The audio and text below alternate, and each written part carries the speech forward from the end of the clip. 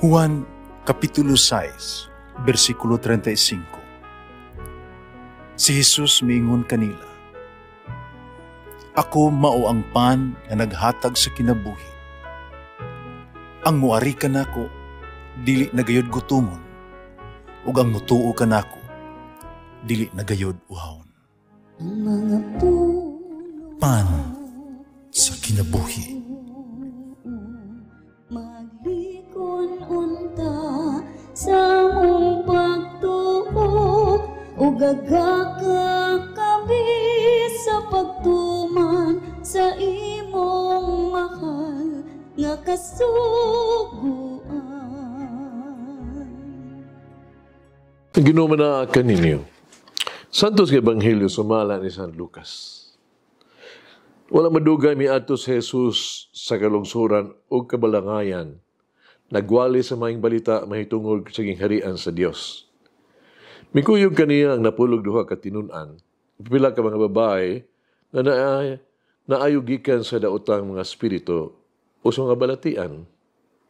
Sila mao si Maria, ginganlag Magdalena, nagikan kaniya gipagula ang pito ka yawa, si Juana, na asawa ni Kusa, na opisyal ni Herodes, si Susana, o kapid-an pa mga babae nga mitabang kang Jesus o sa iyang mga tinunan pinaagi sa ilahang katigayunan.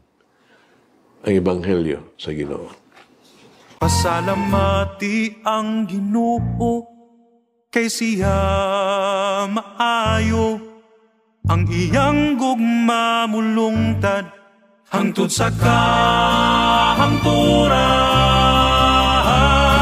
Pasalamati ang Diyos sa tanang mga Diyos, ang iyang gugma malungtaron. Pasalamati ang Ginoo sa mga Ginoo, ang iyang gugma malungtaron.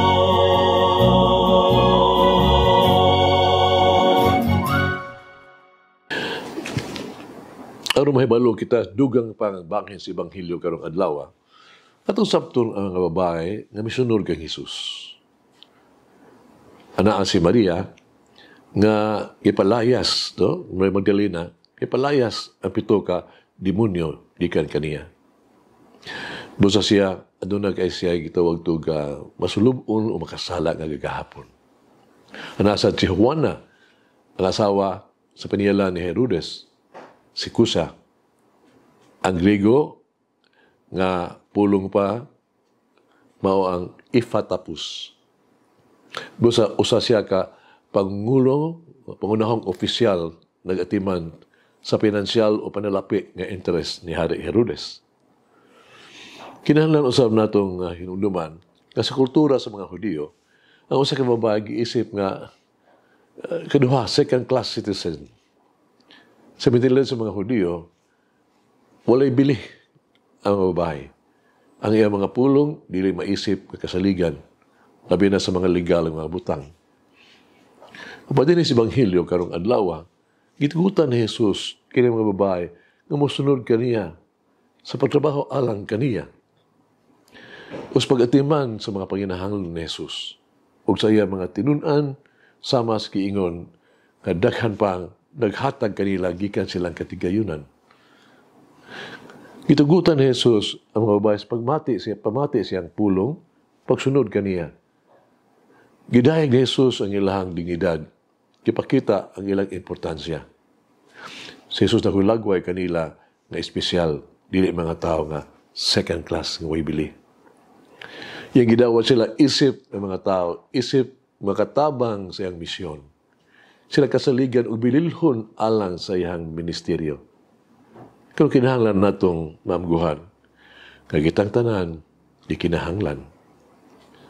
Makahimo kita, makapaambit, o makaamot alang kang Jesus. Walay usa, kanato nga walay pulos alang kang Jesus.